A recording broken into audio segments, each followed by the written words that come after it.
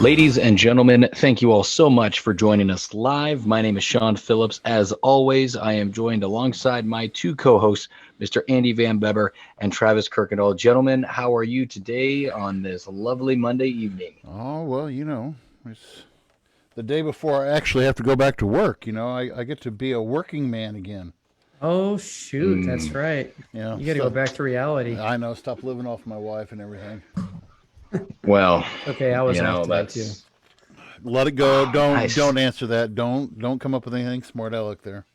Wasn't gonna. I actually got more distracted by Travis saying that he had a day off. That is You did have nice. the What day did off. Well, I nice, had the day off today.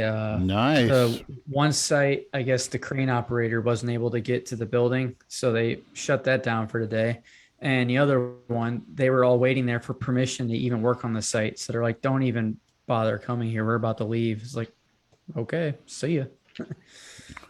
Man, well, I wish I could say the same thing. I was busy all day today. It's been quite the wild last 2 weeks getting back to work now. So It's the recruiting definitely life. playing catch up from vacation. Well, Yeah, I was going to it say, unfortunately is. so once school starts back up, you're going to be start planning all your visits and everything like that, right?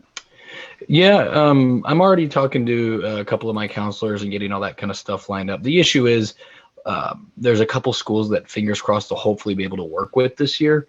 The issue is I wasn't able to last year, so there's a lot of point of contacts that I just don't have and I haven't made yet. So, um, people are asking, are you talking to this person? That I'm like, I just don't know these people yet. So that's going to be the big thing of this year is getting to know those VIPs, those point of contacts, to get in the classrooms, to work with individuals and students and stuff like that. So then my life will hopefully be a lot easier. We'll see. But Yeah. once high school's in and able to get in front of students and stuff, it's easier because typically the way that I've kind of what I've learned about recruiting is like those that are out of high school, they will pretty much come to you.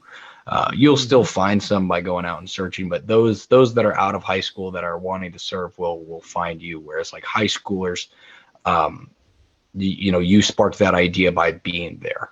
Hmm. So that's kind of the difference between the two. So And we do want to emphasize this week, and Sean kind of touched on it last week.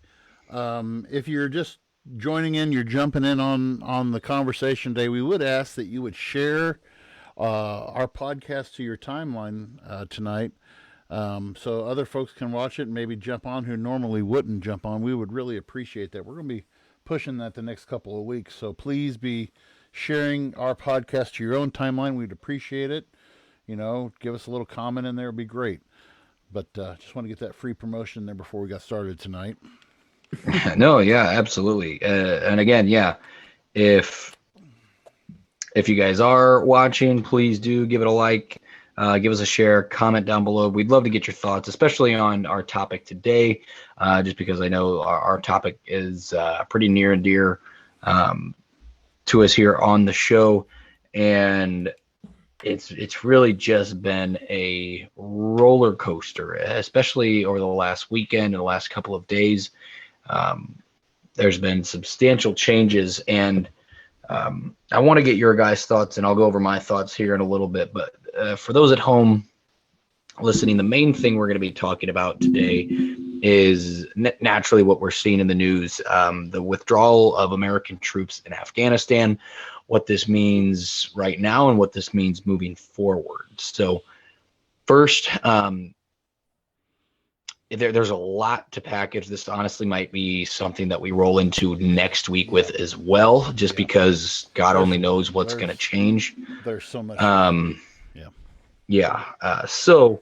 I know Andy had talked a little bit about some of the comparisons that are already being thrown around with the withdrawal from Afghanistan to the withdrawal from Vietnam. So, Andy, with you being the expert and or Oh, having easy, more knowledge of easy. the Vietnam withdrawal, I'd love to get your thoughts and your words. Well, So, where I want to go with this, let me start out by saying before we even start making comparisons, um, you know, I've had a couple of conversations on Facebook. Our local representative, Chad Perkins, and he had a discussion on his Facebook. And Murdog says our broadcast is coming in very choppy. I'm sorry to hear that, Murdog. It's probably his shitty internet, so it'll be all right. Well, let's not mix words any, shall we? But but what I wanted to bring in tonight, we have a history, and we can go throughout our history of when we have gotten involved in other countries' politics and other countries' civil wars. We have a string of it, and I know that we have a lot of different generations who tune into our podcast. And it seems, I mean, the earliest memories that I can think of us getting involved in other countries when I teach in history, probably the United States' first involvement in another country was when, during the Spanish American War, and we gave, quote unquote, gave independence to the Philippines. And that ended up being a civil war between us and the Filipino people. You move forward, you move forward into the mess that is still Korea. You look at Vietnam, and Vietnam was a probably the hottest spot of the Cold War when we wanted to stop the spread of communism, and there was a popular theory amongst politicians called the domino theory that if we let one communist country in Southeast Asia take over, the rest of them will just fall down, and they'll go from Cambodia to Laos to Thailand to whatever. And so we made it a point. We provided military advisors as early as I want to say 62 or 63. And once we thought that we knew best in that situation. And in doing so, the people of Vietnam were used to a dictatorship. The people of Vietnam, that's what they knew for 2 or 3 generations. I mean, even before the communists came in, they were ruled by the Japanese. They were influenced by the Chinese. They had heavy influence. They had corrupt politicians, and that's all they ever knew. And so when communism came along and provided and promoted, we're going to get rid of corruption and we're going to get rid of outside influence. And after World War II, when North and South Vietnam were actually divided up, and then it came to, there was going to be a vote whether or not to unite Vietnam and whether or not to accept communism. So before we let that vote happen, we intervened, and it was not a popular time. When you look at what's going on in Afghanistan, and this we'll probably have some discussion, like you said, Sean, that'll spill over into next week, but the comparison that I want to make here is let's look at the history of Afghanistan. Okay, Afghanistan actually was a Cold War player, if you will, as far back as 1979. Okay, so the Soviet Union was becoming very imperialistic and taking over all we call them the stands: Uzbekistan, Kazakhstan, Turkmenistan. And they wanted to take over Afghanistan. And the what is not told a lot is that we empowered local warlords to go into Afghanistan. We took CIA trained operatives and we put into place in Afghanistan to fight against the Russians. One of those happened to be a young member of a wealthy South Beach family they were native to Afghanistan who ran a string of dry cleaners in Florida called the Bin Laden family. And so we basically put Osama bin Laden where he was at in control, in a place to where he could fight effectively. And they did. I mean, Afghanistan was the Soviet Union's own little Vietnam. And they were fighting against local warlords. They weren't fighting against organized units. They weren't fighting against, and so after after the after the Soviets were driven out of Afghanistan, Afghanistan basically was run by warlords, and in different parts. And sooner or later, you have a caliphate that is set up, and you have Sharia law that goes on, and a loss of civil rights by, if you're not, if you were a Shiite Muslim, you were probably going to be eradicated. If you were a woman, you had no rights. You were a second class citizen. You were treated like trash.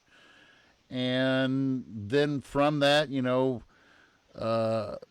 have little pocket terrorist groups that, as you guys know, then were the masterminds behind 9/11. And so then after 9/11, 2001, we go into we find out that the Taliban is actually hiding the people who were behind, and Osama bin Laden behind the bombing of the Twin Towers. And we go in there. So the similarities are very similar. We're trying to push on. They're similar and they're not similar. Let me just put it that way. They're similar in the fact that these people were used to being, under Sharia law. They were used to being under an oppressive rule. But when you put in, when you're trying to put democracy in a place that has never seen democracy. I mean, heck, before the Soviets, Afghanistan was purely tribal. Okay, and they were ruled by whoever the powerful rulers were. And now we're seeing, and the comparison goes even farther when you see the last days of Kabul, when you see the Chinook helicopter airlifting the people out of the American embassy as the Taliban's coming in the front door, just like the North Vietnamese were charging into the Saigon American embassy, as as we were airlifting off the top. So I mean, American involvement, I think there's good intentions that are at play, but when good intentions get put into place, you have a lot of, and then there's aid and there's money that comes in, and you get greedy pockets and you get corrupt politicians, and you can't win for losing. So I don't know what you guys think about that. I've been kind of quiet about it because I told you guys beginning of the show, I really, I don't know how I feel about everything that's happened. I mean, it sucks to see. I mean, for starters, the pictures that you talked about with the two Chinooks from like Saigon, and then the embassy in Afghanistan. It's like, it's really eerie how symbolic it is and how identical the situations are with it. And then Shawnee, you mentioned one picture, it was like the people jumping out of the Twin Towers and then the people falling off the airplanes flying away. I mean, it's just very, you put those pictures side by side and you look at the timeline differences. It's really, it's just weird. It's really, really weird. It's been a weird day. Travis, why don't you tell us a little bit about your experience that you had when you were in Afghanistan? Yeah. So I did a 9-month deployment in 2017 to 2018 to Afghanistan. Our mission, and the mission at the time, what the U.S. military was trying to do is they were trying to train the Afghan military to fight for themselves, for this democracy that the U.S. was backing. And we were kind of in a weird phase because the Army at the time was coming up with a new program, a new unit that was specifically designed to start training foreign militaries, kind of like what Special Forces were doing already, but the Army was kind of expanding their program with it a little bit. So we were kind of like one of the last combat brigades to be doing this mission set. So it was a little interesting seeing that transition. But Our job at first was to protect the advisors. So the role in the war at the time was we were advising the Afghan military, the Afghan national police, to kind of helping them figure out their military, figure out how they need to fight the Taliban, the Haqqani crime family, Al Qaeda, all the organizations over there. And so at first we were kind of in that role of just, we call it guardian angel, which is basically, you protect these advisors on their meetings with the Afghan officials.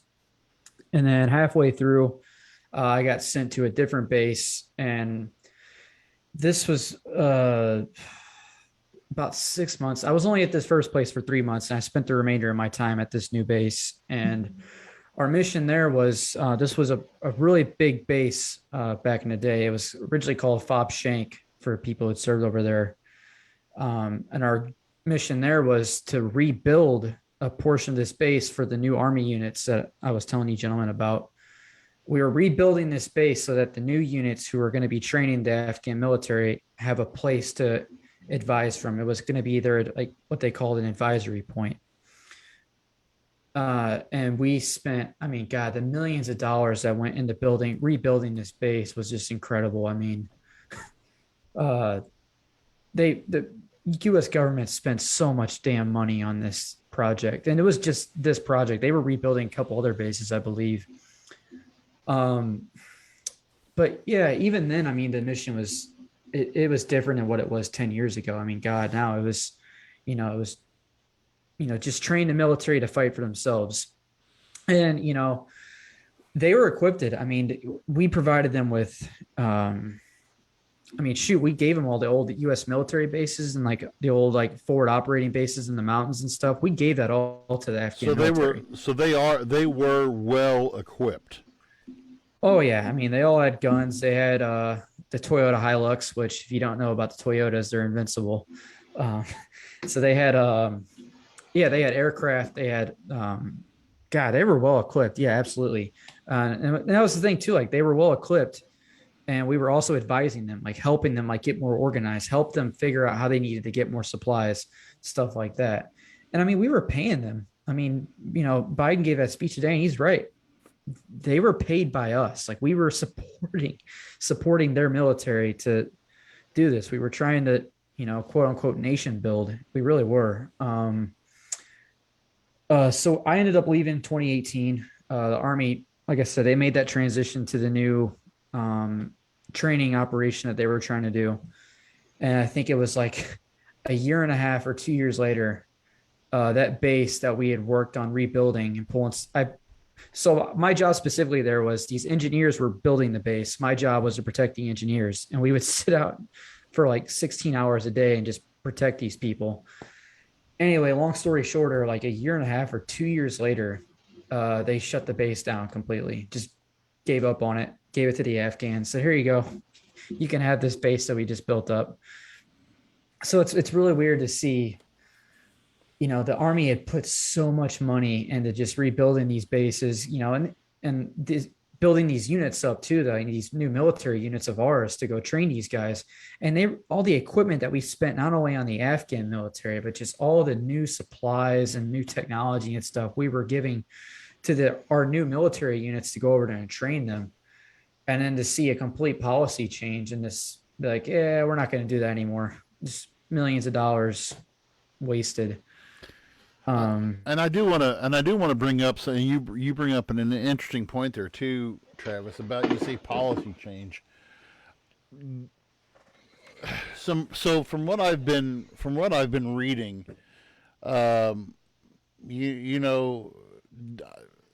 Trump was. Am I correct in understanding that Trump was planning something similar? As far as leaving? Yes. I believe that was his plan.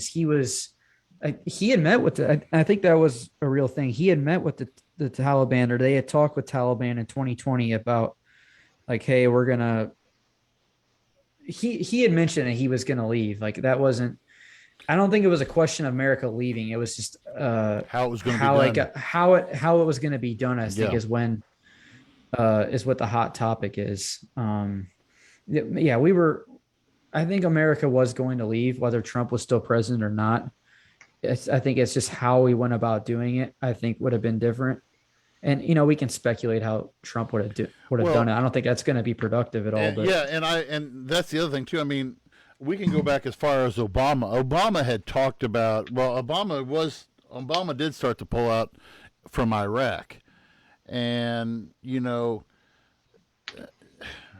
don't from my know. understanding, though, under his presidency, from I'd served with guys I served with, from their experience, there was a lot of issues when he became president. There was a lot of policy changes that really screwed things up over there.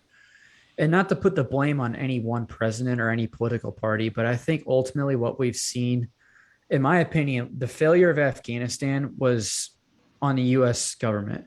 It was they could not consistently stick with a damn plan on what they wanted to do with that country. And you had multiple policy changes, multiple rules of engagement changes, soldiers having no idea what they were even doing there anymore. And it's like, you do 20 years of change. It's like, imagine World War II and our leadership was like, well, we don't know if we want to attack Germany anymore. Well, we don't know if we want to, if they would have just been like changing their mind constantly about how they wanted to proceed with the war, do you think we would have won World War II? Well, That's a different situation. And right, and you also have to consider too.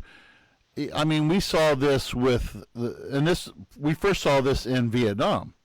Was number one, media perception. When you start perceiving, World War II, when you talk to, and I've had the pleasure of sitting down and talking to guys who were on the beaches at Normandy. Back when I was in middle school, we had World War II vets who were, and at that time in the 80s were in their, 60s and 70s. And these guys were coming in and they were probably sharing more with us than what we probably needed to hear. But but there were some graphic stories that were, how they treated German troops. There was, some of these guys who would be so pissed because of how they had heard how Germans had treated, our guys, and and the stories about what they'd done to Jews. They'd pop forget Geneva Convention, pop these guys straight in the head when they come to them. Well, there was that story from Band of Brothers. What was his Lieutenant Spiel gave them all a cigarette and he fucking shot them all. yeah. And so, but now, I mean, what was, when sometimes I forgot where it was at. It might have been when we went into Libya, or when we went into Iraq. There's another disaster. Yeah, exactly. Libya and Iraq both. But what was funny was that CNN and Fox and all the news guys were on the ground, and they had cameras there as the invading forces were coming in. Mm-hmm. The media is on the ground covering that. The office of what was it called? The OWI in World War II, the Office of War Information. They controlled exactly what was being said, done, and everything went through them before it got to us. Fast forward to Vietnam.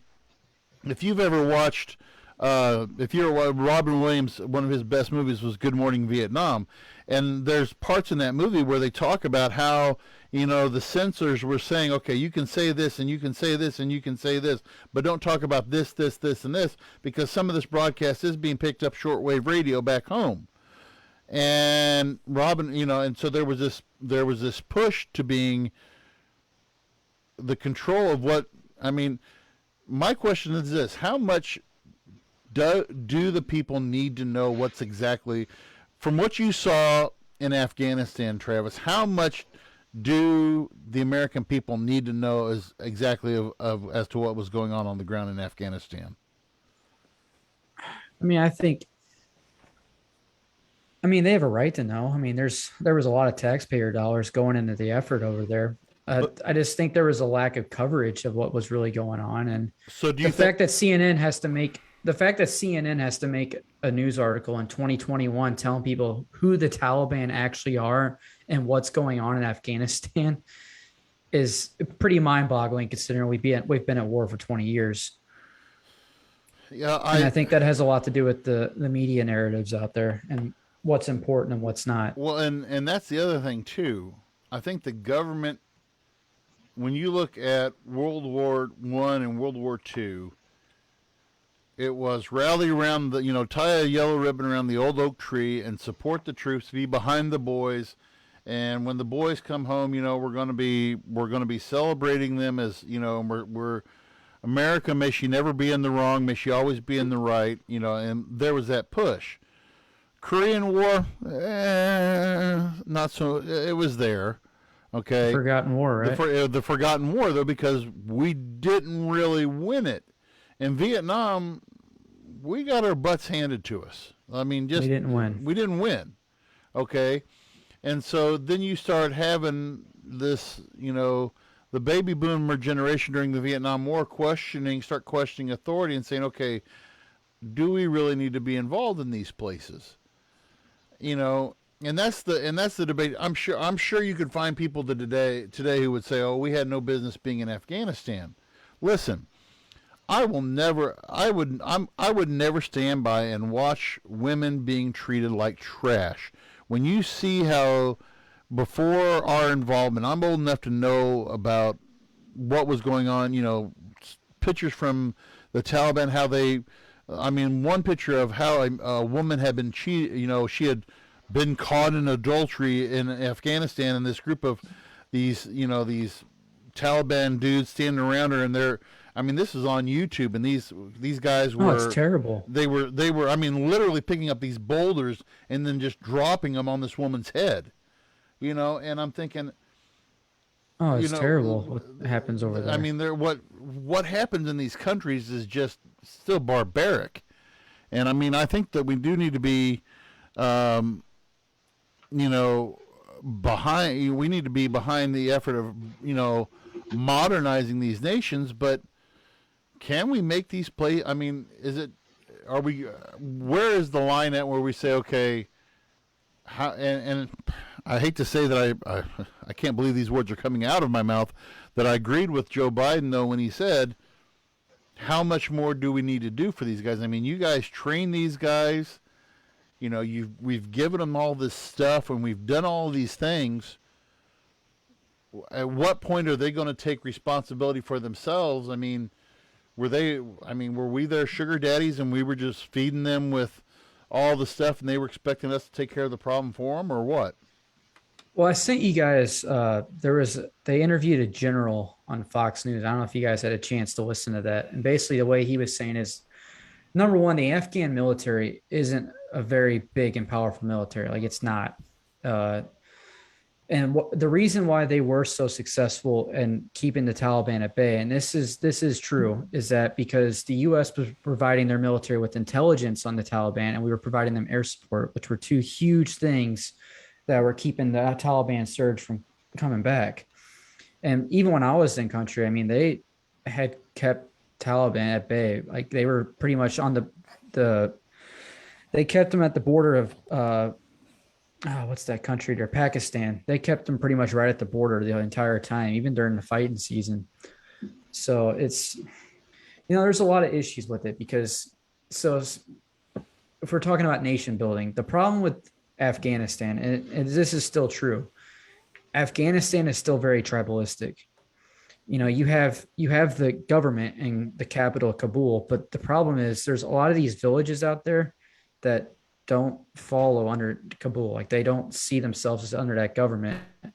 And number two, they don't even speak the same language. There's Pashto and Dari, and I think I want to say there's one or two other ones that are like forms of that language. So there really is like different people within Afghanistan. They're not all just Afghans, as people would say. So it's a very strange country to try to implement a democracy like that. But again, you talk about the human rights issues and the atrocities that the Taliban, Al Qaeda, and these people have done. It's terrible. And I think a lot of these people, at one point I did say, we need to leave Afghanistan. We need to leave. I did believe that. I'm not happy with how we're doing it. I still think, eventually this needs to end. But at the same time, it's just, I don't know.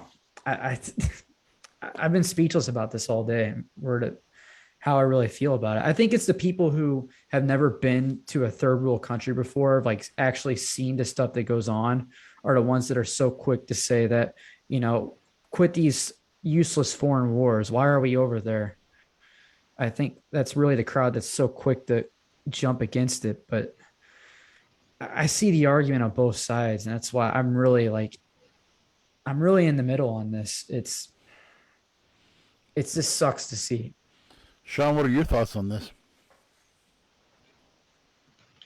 I mean, a lot. There's been a lot that's kind of run through my head the last couple of days because I've been following this pretty closely.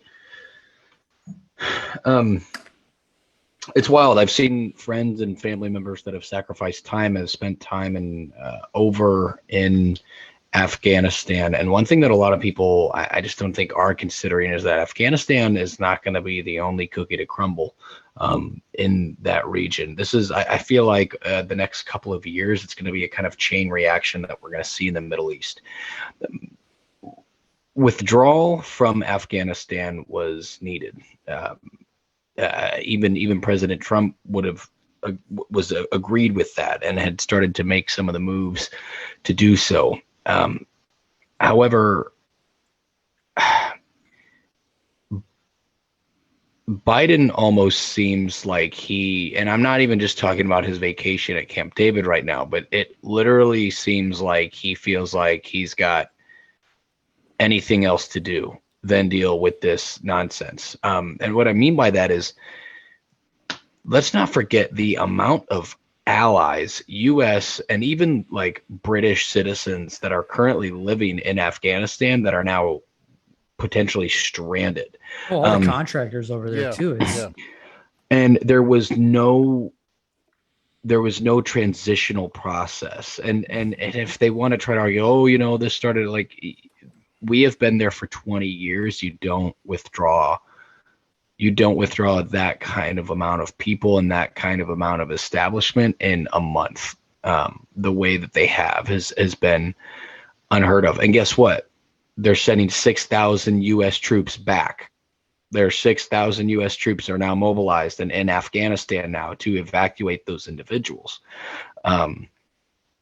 And God only knows what's going to happen with run-ins with the Taliban. And of course, like as we saw in his press conference, President Biden spoke about how if, the Taliban, if they make any moves to attack any U.S. forces while evacuating these individuals, then they'll be met with deathly consequences and a fiery wrath. And it's just like, man, you couldn't have missed the mark more on this entire situation.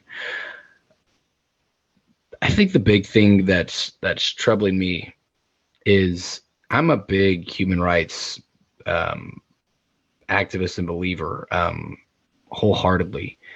And I think what's different about now, what hit me the hardest today, I shed tears over this,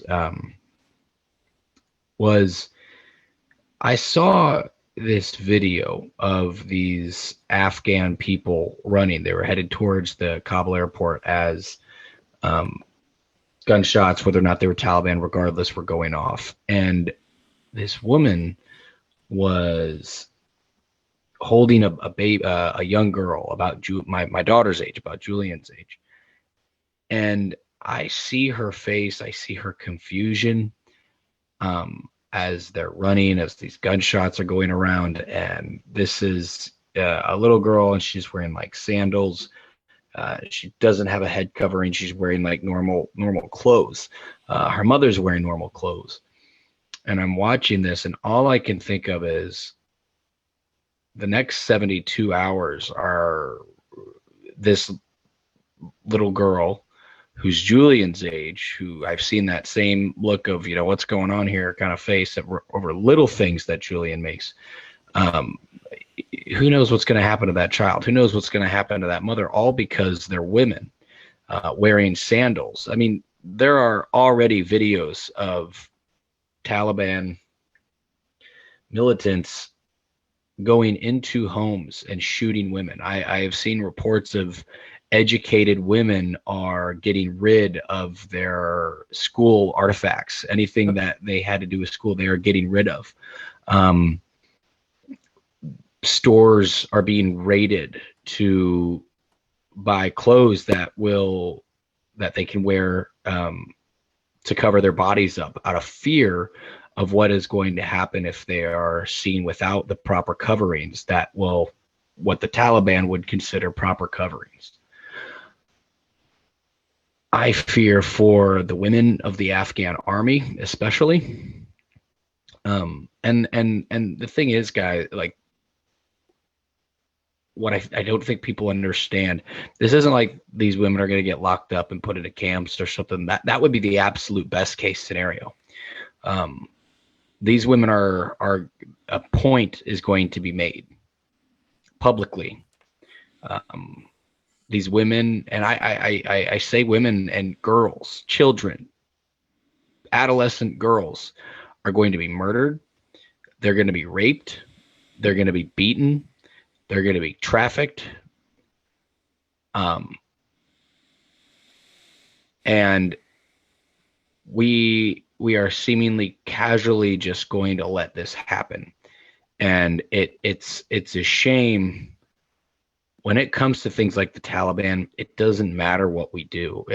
As far as, we will not change their minds.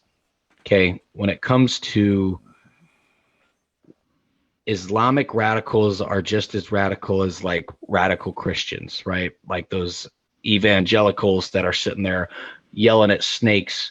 And, you take the worst of the worst, where they, create cults where people are eating cyanide pills and feeding their kids cyanide pills. This is the same thing.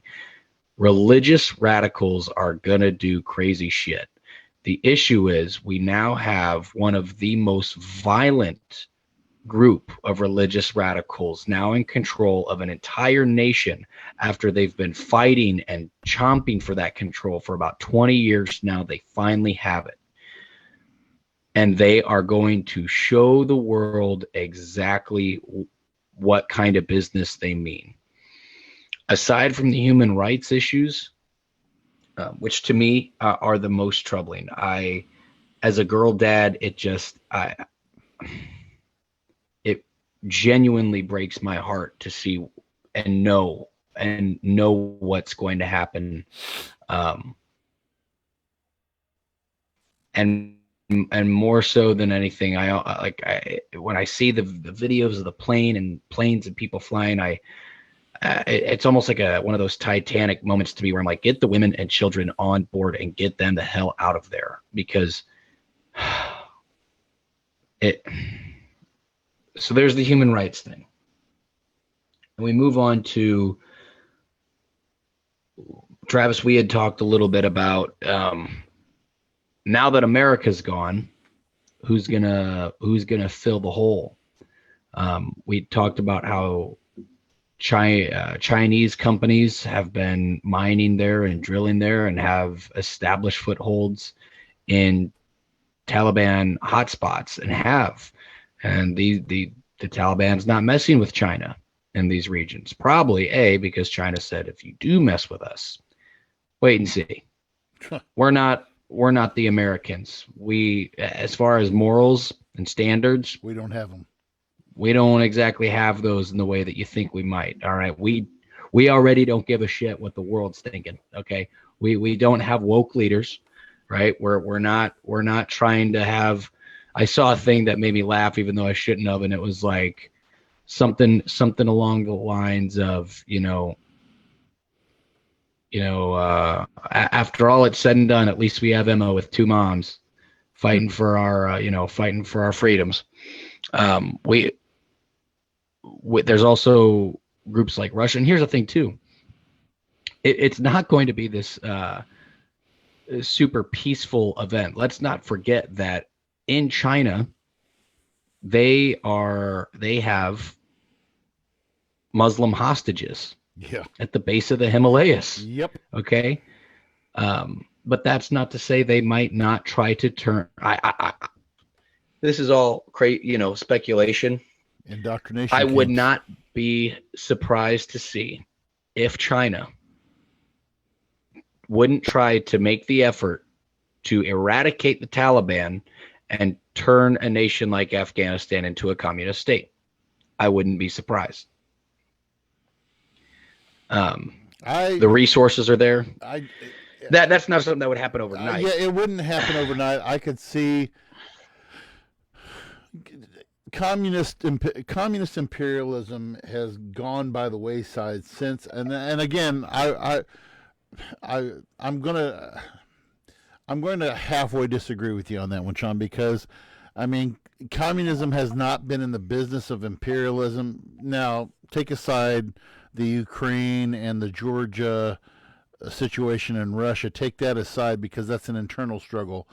But as far as one communist state going into another place, I mean, I'm almost sure that even though that the Chinese don't always pay attention to their history books, I think that they do see that they hopefully they would see there's such thing of too much of a good thing, right? And it's just like, you know, but they see their North Korean cousin, yeah, how he acts, right? Yeah. And but I do agree with you though on the fact that if China did try to go in there, I mean, I think they would definitely lay down the law. They wouldn't put up with any crap because, I mean, China doesn't care. You're right. You're exactly right on that. When it comes to human rights, the Chinese turn the TV cameras off. They block the satellite signal, and they'll go in. They literally go, "Do you see what we're doing to our own people here? We do not give a shit." Right. And I mean, 1989, the Student Revolution, when that happened, before they cleansed Tiananmen Square, they shut off and they blocked all satellite signal going in and out, and all they had was a landline. Dan Rather or whoever it was that was on the ground there in Tiananmen Square somehow had I don't know, it probably was the early bag phone or whatever it was, and he was reporting what was going on and seeing. That's the only record that we ever had of what happened in Tiananmen Square, and to say Afghanistan, I mean, I don't think that, I mean, and Travis, maybe you can address this. I mean, how organized are the Taliban? I mean, do they have a top-down leadership? Is it a bureaucratic leadership, or is it just one guy at the top who's No, they're organized. To my understanding, they're organized. There's different leaders and different levels. Yeah, because if you look at how they've been spaced out, it's what's funny is like when outside looking in looks at it, right? Like when they think like Taliban or they think these armies, they just think of like they're the what were they called, from Star Wars, the Sand people, what were the Tusken Raiders, right? They think it's like gun and run. No, they're very strategically trained. I mean, oftentimes these are individuals that were part of the Afghan army at one point, or trained by the CIA, or these are individuals. Like, it's very a fun fact is what a lot of people don't know too is, like, look at Guantanamo Bay. I would say like there's a really big chunk of those individuals that are at Guantanamo Bay that like were educated in America, went to college in America, like quite a few. It's the same thing with individuals over there. These are those guys, right? Oh yeah. And so these are educated, a lot of English speaking individuals, like, throughout, and I mean, they're not dumb. They literally have copy and pasted like the tactics used against them, and have created a fairly organized military. And like I'll agree with Joe Biden where he said the Afghan military rolled over like a dog. Yeah. There was zero effort given, at least that we're seeing. I mean, Kabul was taken without a shot fired, I feel like, which is, maybe was it fear for their own lives? Was it fear for the lives of the people? The president of Afghanistan fled. He's gone, grabbed his family, and he bounced out. No one's heard from him. So it's murky, to say the least. Another thing that I saw that's troubling is the Taliban now owns more Black Hawk helicopters I than was like just about to say something. Yep. 166 nations in the world. The United States failure to get rid of or take back some of the very. I mean, I was watching one of the videos of the airport where there weren't U.S. troops at any rate, and there were like some of these vehicles that like Oshkosh vehicles that were rolling around that I'm not sure if they were Afghan army or Taliban, but holy shit, these are very well equipped, very badass military vehicles that now are in the hands of these individuals. And these are the same vehicles that we were using. All right. Yeah, This is not like this is outdated technology. So earlier this year, when the U.S. withdrew from Bagram Air Base, which was the biggest base in Afghanistan, it's where everybody went before they went out to wherever they were supposed to go. They left without telling the Afghan military anything. They just disappeared in the night and literally left all the trucks. I'm talking up armored fighting vehicles, just left everything, left tons of equipment. And here's a question for you gentlemen and our listeners. So now that we know that, all right, the way we left Afghanistan, the Afghan military is pretty much given up, like instantly. The Taliban is probably now more equipped, better than they've ever been. I mean, they have all the stuff that we've given the Afghan military on top of all the stuff that we left behind. What happens next? Like, so we pretty much given our enemy a means to build an army. That's where I fear for the surrounding countries. Yes. I think the issue that the Taliban will have, and again, this is where we got to keep our eyes on nations like Russia and China, is the Taliban is now well equipped to do a lot of damage in surrounding countries, potentially even take over surrounding countries. I think it might eventually turn into one of those. What if you look at, was it the was it the Roman Empire that literally just exhausted their soldiers and their equipment? Like they tried stretching too far when expanding. Was that Rome, or am I getting mixed up? Yeah. So when you look at, and so let's think about, and I want to go back to the point before we get too far away from it though. You guys were talking about their neighbors. Afghanistan is uniquely boxed in though. When you look at them geographically in the Middle East, okay, they've got Iran on their western border, okay. Yep. And Iran they are an unstable. They're a loose cannon, okay. You have Pakistan to the southeast, who hates India, okay, and then you've got these wild cards, all the wild cards to the north. You have Turkmenistan, Uzbekistan, Kazakhstan, all within border reach of Afghanistan. Mm-hmm. Okay, and I had a brother of one of my college friends who he actually, and this guy was if you saw this guy, you wouldn't think that he was a missionary, because he was just ripped and built out of his mind. But he knew Russian, and he went into Kazakhstan, and he said, that's probably those people. I mean, you want to talk about a country that's, has the Russian influence, but are very Muslim in their belief. You get all these, I call them the stand countries. You get all these stand countries to get on the same page, and if they do get on the same page, and they say, hey, Afghanistan's got this stuff, you could see a lot of stuff go sideways in a hurry. Look how quick ISIS grew. Yeah.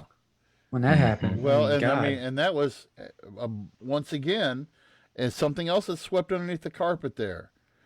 ISIS is another one of those instances where we tried to fund local warlords in the Syrian civil war.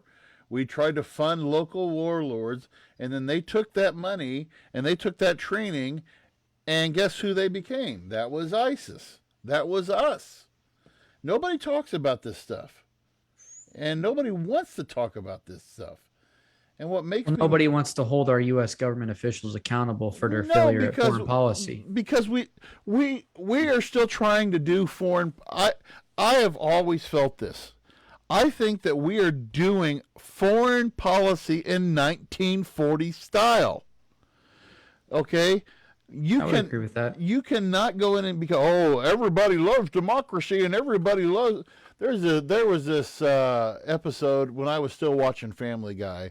There was this that I forgot what Peter said. Oh, don't you know that they love us in Iraq and they love democracy? And they show this guy and he's in his he's in his Islamic and he's sitting there washing his BMW and all of a sudden these girls come up and start kissing each other. And, oh yeah, democracy. It's not like that, I mean, Europe was hungry for democracy. They saw the threat that communism was, and they accepted our help, and they accepted us because they knew they had enough generations who knew what life was like before totalitarianism. And they wanted to get back to that. In Afghanistan, in Iraq, in Iran, for the last, probably since World War II, that was probably the last generation that knew what life was like before corrupt dictatorial leadership. And so when you say the Afghan soldiers they laid down, they duck tail and run. Well, I could see why, because they don't know how to act in the face of adversity. I think Travis, you guys could have probably trained them for a lifetime. And as soon as they start seeing the white skin go away, and they see all the air support go away, holy crap, we got to do this on our own now? Joe Biden made the statement today in his speech when he said, that the Afghanis have to take the initiative. If they want it bad enough, we talk about how whether we say we wasted 30 years or whether we were there, or 20 years, or we were wasted 20 years, or we were there for 20 years. And at some point we have to, and I know this is where I'm kind of split on the issue too, but after 20 years, if you haven't got it by now, you're not going to get it. And that may be an unpopular decision, that may be an unpopular statement, but at the same time, I agree with you guys when you say we don't just pull out overnight. We need to start saying, okay, here's our timeline. All right, guys, we're in 15 months, we're going to pull out. We're going to gradually start declining the amount of troops that we have. We're going to take our crap with us. We're going to take all, doing wholesale just, hey, soldiers, pack your duffel bags and we're on the next C-130 out of here. That's the thing. They didn't even pay us for that stuff. We just said, screw it, have it. I would love to have a financial report. Oh God. I wouldn't. What do they call that? The GSA. I would love to have a GSA report of what the financial outlay was of what we left behind. Oh, I know there's got to be a report out there. It's, oh God, it'll be buried underneath piles of paper in Capitol Hill. Yeah, pretty much. It's, I really want to make this. I really think the failure in Afghanistan was on the U.S. government. The U.S. military did exactly what they were supposed to do. Our government is the reason. I truly believe it's our government is the reason we failed there. And our president being defensive like that was honestly kind of a joke, considering he's been in the government the entire time we've been there. He's part of the reason we are at this mess. And I'm really disappointed in the lack of leadership we saw today too. No questions. Didn't take a single question just read off his telecom and just walked right out. Like He wouldn't have been we able have to. No. we have questions. The people want to know what the hell's going on. What's the plan? Like you sent troops there. Okay, how are you going to get everybody out? When is everybody coming home? Like, what is the plan? Like, we have a right to know this. And it's also Like, convenient, don't you think, that the House and the Senate are out on summer break right now as well. yeah, yeah. And apparently, supposedly, he went back to what was it, Camp David immediately after. Mm-hmm. We haven't fact checked this, but that's what Yeah. the conservative news sources tell Multiple us. But news outlets are reporting now. yeah, so it's like, Well, no, and what I leadership? did see was from the White House. The White House did say he did in fact go back to Camp David. And I would have a hard time. Here's the thing, and this is why I could never be a big level politician, because now if Joe Biden has any relative or any cognitive thought going on in his head right now, if I were him, and I would have one hell of a hard time sleeping tonight, Oh my because God, yeah. when you see we saw the pictures, we kind of joked about it, but it was true. We saw a CNN reporter. We saw a tweet of it that we put on our group chat today of a CNN reporter who was, she was already in her Muslim garb. She had to wear a headdress and everything. She's a white, and she was like, "They're screaming death to America." We know what's happening. We know, and like Sean said, we're seeing raids on stores. We're seeing. Hang on, but what was the second part she said though? They're screaming death to America, but they seem to be friendly. yeah, but they seem to be friendly. Like What? Yeah, that same reporter the day before was like in the CNN booth over there, completely uncovered, like wearing normal clothes. And then of course today they're like, yeah, we better keep you from getting stoned to death out here. to all of our CNN fans, if you actually believe them as a legitimate news source and you saw that today, what the hell? That's all I'm gonna say. They're chanting death to America, but they seem friendly at the same time. I'll see if I can put this on. I'll copy this and put this on our. Yeah, it's so. Here's what I'm curious to see, because we didn't get any answers from our leadership. So what happens if the Taliban don't honor our deal and Americans are attacked? What happens if there's a fight that breaks out? Like, is this going to be a replay of what happened? Is this going to be a replay of Black Hawk Down and what happened in Somalia?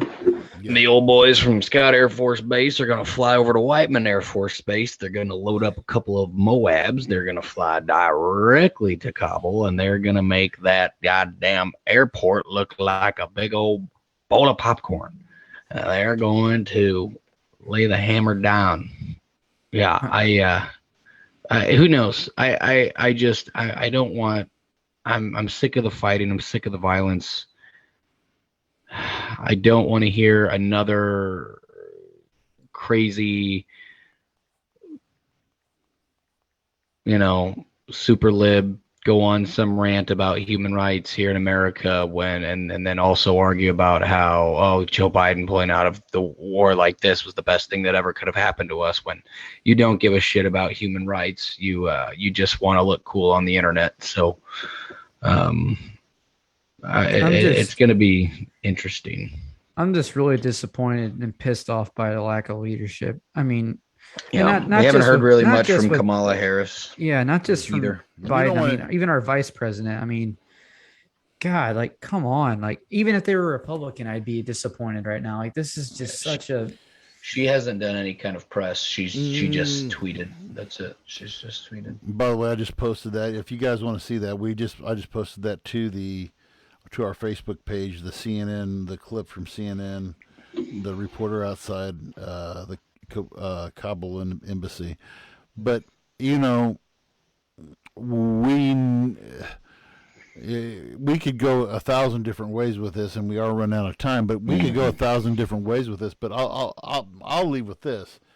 I mean, I would like to think that the Democrats wouldn't do this, but the brood of vipers that they are, and I say the same thing about Republicans too. So my Democrat friends don't come writing tweets to me or whatever. But I think that this may be something. This may be the beginning of hanging Joe out to dry. Travis, when you said lack of leadership, I totally agree with you on this, 120%, because I would have loved to have been a fly on the wall when the Joint Chiefs of Staff were sitting with him, probably in the Situation Room, and they were saying, "Sir, here's what we've got on the ground. Here's what I would really want to know who the advisor was that said we need to get out. Who was it? Because you guys being military guys, I guarantee that I would be surprised if it was a military advisor who said we need to pull out, because like you guys said, all the money, all the equipment, all the things, all the stuff that we put in there, and Joe made he tried valiantly to make a point today when he said, how many more American lives are we going to have to sacrifice, and in lack of a better terms, in this losing cause? How many more people, And so he tried to soften the blow that way, but at the same time, I was kind of like, come on, man. Come on. At the same time, though, when are you going to own up to the fact that our government screwed this whole situation up? Oh, yeah. Like, where's the self-accountability there? I mean, there isn't any. And that's going to be it. When Congress comes back into session here in Labor Day's in 3 weeks. So after the Labor Day break is over, we're going to see, will you see the Defense Committee on Defense come together? The Armed Forces Committee rather come together and say, okay, let's investigate this and let's look at this. No. It's going to go back to COVID. And this was a break for the news cycle because COVID was, is losing traction, and so now we're going to go. Let's while the magic trick's being done over here, here's something else over here to divert your attention with for a little bit. I honestly, and that's something else I could go on about. We need to talk about it length sometime too. Is that certain things are a distraction to keep us our minds. Oh yeah. So yeah, that's definitely a topic we're gonna have to hit on for sure. Yeah, I think next week too, as we kind of learn more about this, and then also I'd really like to kind of get your guys' thoughts next week on the earthquake in Haiti in response to that. Yeah, that's that left over 1,400 people dead. Yeah. I would love to talk about Haiti too, because we've actually had Clopton students on the ground in Haiti 5 years after that last earthquake, and people say that it still looks the exact same, like the earthquake just happened yesterday, and the billions of dollars we pumped into Haiti. So, well, not surprised, gentlemen. We'll definitely be in contact with each other throughout the week, kind of figuring out, following more stories as we roll into the night here, and it's about, day and afternoon there. I'm sure a lot more videos and stuff like that are going to surface by morning time of what's exactly going on over there. So we'll keep our eyes and ears peeled. Before we sign out, gentlemen, is there anything else you guys would like to add before I sign us away? Shortly, I just want to say this. Folks, this is the times now where you need to really, really, really be paying attention with a critical eye on what's going on in the world. We cannot stick our heads in the sand and bury our heads and be oblivious to what's going on. At a future time, I would like to talk about some other things too, about how a lot of this is, pointing toward certain things that I believe are going to happen someday. But, let's be aware of what's going on in your world. Yeah. Everything he just said, really. And yeah, that'd be a cool episode. Do like maybe predicting what the future may hold for us. That'd be kind of cool. Believe me, I could fill a show with that. What's that book? 1984. Oh my gosh, Big Brother. Yeah. I'll just end it right there. Yeah. One of my favorite books. Well, for our listeners, again, thank you guys for everything you do for your podcast needs. Make sure you guys check us out on Spotify, Apple Podcasts, Podbean, right here on Facebook Live. Again, please join us. Give us a like, give us a share. Check out our YouTube page where you can like, share, and subscribe on YouTube as well. With everything going on, we try our best to shed a little bit of light to inform you guys what's kind of going on, and give a little bit of our take. Hopefully next week we can maybe try to find a guest or two, and we will keep the ball rolling and bring you guys up to date with current events, and give our pointless opinions about it. That's what we like to do. So with that said, this has been Travis Kirkendall, Andy Van Beber, Sean Phillips. We are the Voice of Reason podcast. We can't wait to talk to you guys. Till next week. Have a good one.